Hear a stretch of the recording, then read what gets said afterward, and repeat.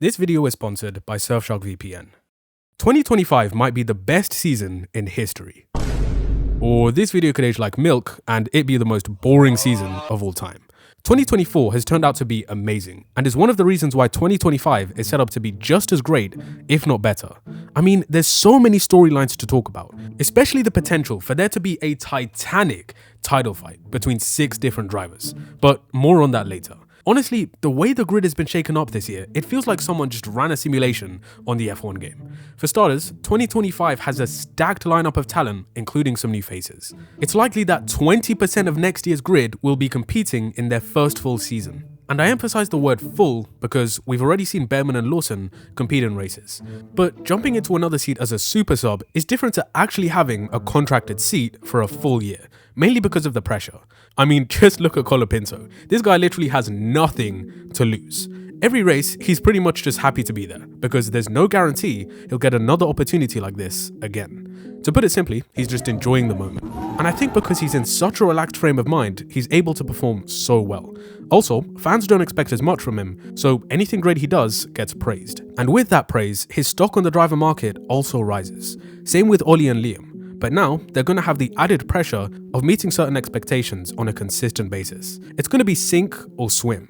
To be fair though, Ollie has been cooking. Jeddah is one of the most terrifying tracks on the calendar. High speed, blind corners, very close to the walls. And yet, he handled it brilliantly. Baku is also one of the most difficult tracks to get right, as shown by my guy Charles. But Ollie seems to be a pro around there as well. 2023 in F2, he got pole with a tilted steering wheel and won both the sprint and feature races. We've still got to see more from him to evaluate how good he truly is, but real quick, can we talk about how this guy should be playing basketball and not cramming into single-seaters? And when you look at the sheer size of this guy's neck as well, it makes you wonder why they call him Behrman and not Melman. Oh my days, I'm sorry, I couldn't help myself. Anyways, moving swiftly on, VCARB are going all in on Liam Lawson for the rest of the season. And I feel kind of bad for him because the way Red Bull handled the situation was horrible. It's kind of giving me Piastri vibes. When he was announced as Daniel's replacement, there were a lot of people waiting for him to fail. Hate watching basically. But because Oscar proved his worth, those who were quick to judge him went real silent real quick.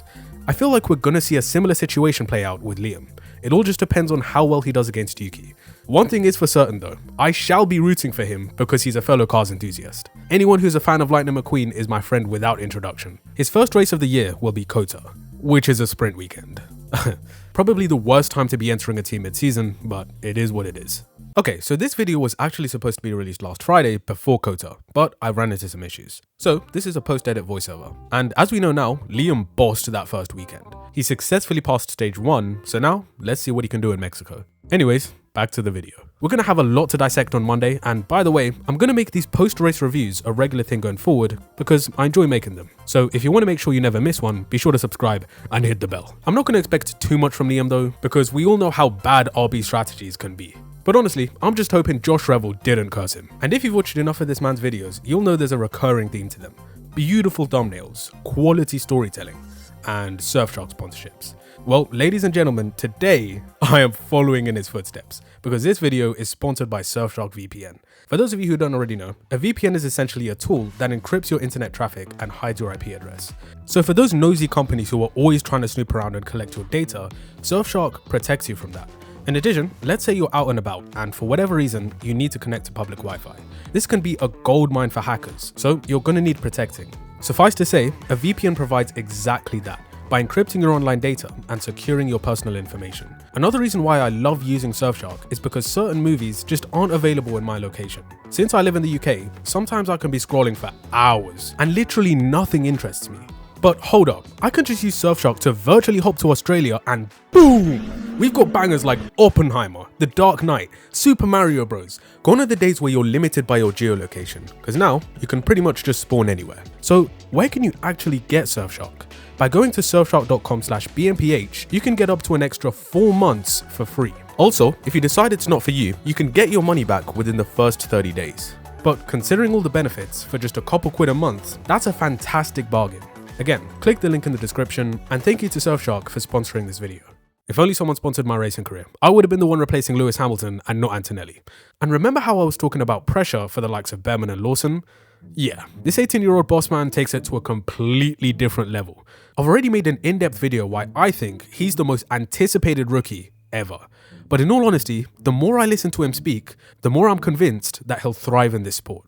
Given his age as well, I don't think many people will judge him that harshly.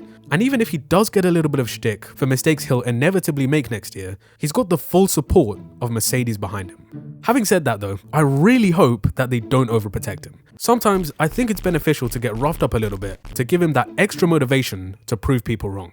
That's just my 2 cents on it though. Let me know what you guys think. Either way, he's the rookie I'm most excited to watch. I won't even cap. But on the whole, having 3 confirmed rookies with a potential 2 others that could be announced is the real W. Oh yeah, and I haven't even mentioned Doohan yet. I'm actually so convinced Alpine put a clause in this guy's contract that made it impossible for him to pull a Piastri. We really could have had 3 Australians on the grid next year had Daniel found a seat somewhere. I mean, it actually could have been 4, because Valtteri is an honorary Aussie. I am interested to see though what Doohan can do. I really like listening to some of his insights on F1 TV, and generally, he just seems like a pretty chill dude. Whenever I see this guy though, I can't decide who his lookalike is. He kind of reminds me of the guy from Tangled, or a combination of Robert Kubica and Mark Webber. And to succeed at this team, oh man, he's going to need both of their talent combined. So, I'm wishing him all the best. The final seat at Sauber might have a rookie in it, or might not.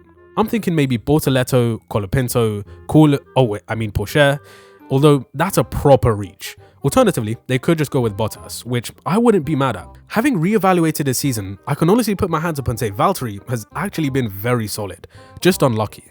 If Sauber do end up pairing Hülkenberg with a young gun, then another interesting storyline to look out for is the rookies versus veterans. Gasly versus Doohan at Alpine, Ocon against Behrman at Haas, Tsunoda v Lawson at the Red Bull Junior team. Since I've given up on calling them Visa, Kasha, blah blah blah blah blah. Williams don't have any rookies, but it's fine, because they have the best driver lineup according to James Vowles. Stop the cap. But the rookie of all rookies is the one and only Fernando Alonso, who makes his debut with Aston Martin. And after spending close to a decade in either bad cars or just not in F1, he finally seems to be somewhere with hope. As most of you know, Aston Martin recently signed Adrian Newey, but he won't have much of an impact straight away, so we really should be expecting the 2026 car to be the real deal. Regardless, I still think Aston Martin could be there or thereabouts. I hope they're up there with the frontrunners like in 2023. That year, I genuinely thought this was the start of something new for them. It gave Alonso the chance to showcase how sensational he is when the car isn't a tractor. And even when the car hasn't been that good, he's still maximized everything out of his machinery. But in reality, it was just another 2020 situation. They copy the most dominant car, start the season really well, then progressively fall off. It's crazy how these men went from second fastest to 5th in such a short time frame. But that's Formula 1 for you. McLaren went from slowest to fastest in literally 1.5 years. And this is where we get to the business end of the grid. From everything we've seen this season, you can tell they weren't prepared for the spotlight. And I've had many cringe moments in my life. You know those times when you go to the gym and the receptionist is like, hey, have a good workout. And you're like, you too. Those are the kind of moments that make me never want to show my face in that gym again. But having gone through all the trials and tribulations of 2024, I think they'll be better prepared next season. For starters, Lando was proven to be very quick. The main weakness I think we can all agree on is that he's very mistake prone. Oscar has finally learned how to be a masseuse with his tyres, and hopefully the absolute roasting the team got for what happened in Hungary helped them learn how to execute a strategy without making F1 look completely rigged. Overall, I think they'll be a much stronger force next year given the experience they've gained during this season. And when it comes to their 2 drivers, I think this is going to be the most interesting topic. It already became a big point of discussion this year, since Oscar at times decided to become prime Kimi Räikkönen. And real quick, shout out to the OG Iceman. I'll never forget Suzuka 2005 or even Monaco qualifying from the same year. The commentary from James Allen as well really made this lap special. And just like Kimi, Oscar has ice in his veins. And I already know there's Lando fans who are going to be like, oh, I'm sick and tired of hearing people comparing Norris to Piastri. That's the whole point of them being teammates, no? That is literally the first person you're compared to. Oh, but Lando is still better than Oscar overall. And that I can actually agree with, and I don't think it should be a hot take. At this present moment in time, Lando is still faster than his teammate and better at race management. But Oscar has closed the gap way faster than I expected, and shown flashes of champion qualities. Since papaya rules will apply from race 1, it means we'll get some serious battle between these two. Last time I made a dedicated Piastri video, I said this guy has the Mamba mentality. And after Baku, McLaren made some posts about overtaking Red Bull in the constructors. And Piastri is just like, job's not finished. Job finished. You see what I've been saying now? This guy is him. I can't not root for the guy. I'm expecting McLaren to start 2025 at least as strong as they've been for the majority of 2024, making them the team to beat heading into next year.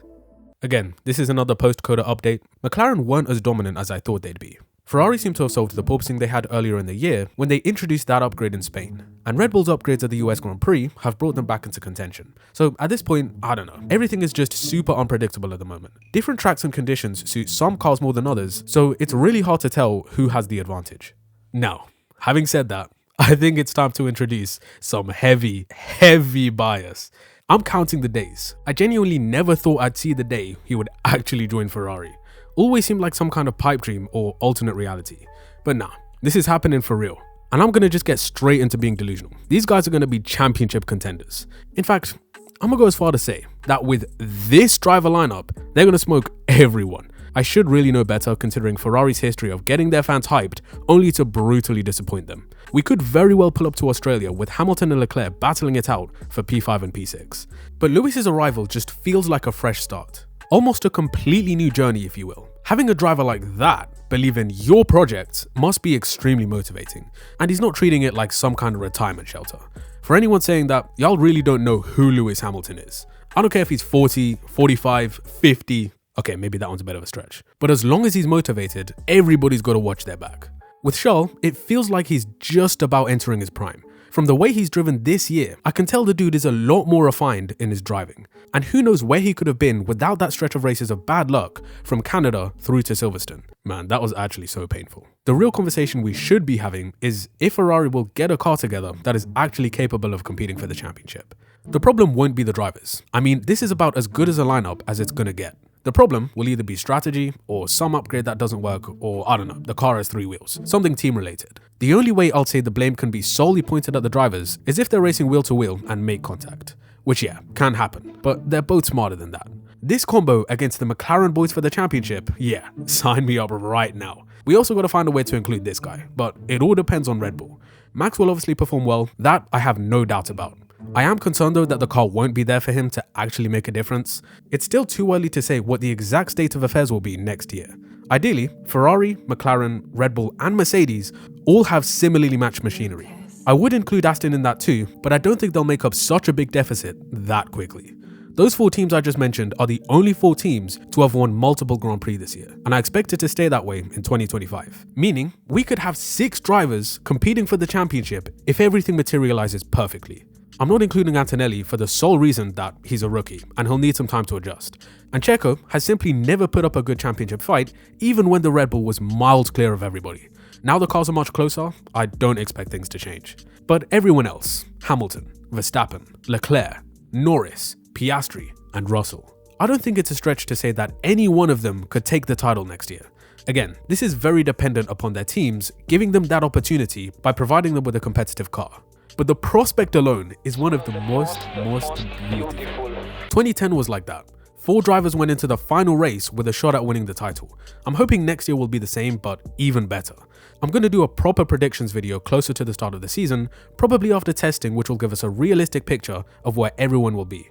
But as of now, my way too early predictions are that McLaren will come out the gate as the fastest team, but then slowly hit a ceiling. Ferrari won't be trailing too far behind and will eventually catch up. I think Mercedes will make a resurgence too, but I'm not sure about Red Bull. They'll either be absolutely on it or absolutely nowhere. I'm going to lean more towards them being just in the fight, but not totally there. Aston will probably be getting the minor points places more often than not. You know, 9th, 10th, any higher would be due to some other factors, like a retirement for someone in a top 4 car. Making the lower half of the Constructors' Championship kinda pointless, literally. Don't get me wrong, there's definitely going to be some great battles. We've already seen a few this year. But points are going to be very hard to come by and will almost be entirely based on luck since the championship is so top heavy. But take everything I say with a pinch of salt. It's one thing to start a season well, it's another thing to maintain that form over the length of 24 races. A lot can happen and a lot can change, which makes the prospect of next season all the more exciting. Anyways, let me know what you're most excited about for next year down in the comment section below. If you enjoyed this video, be sure to drop a like, share it around with friends, and subscribe to the channel if you're new to get my latest videos in the future. Be sure to check out my link in the description to get 4 months off of Surfshark, and as always, I'll see you in the next one.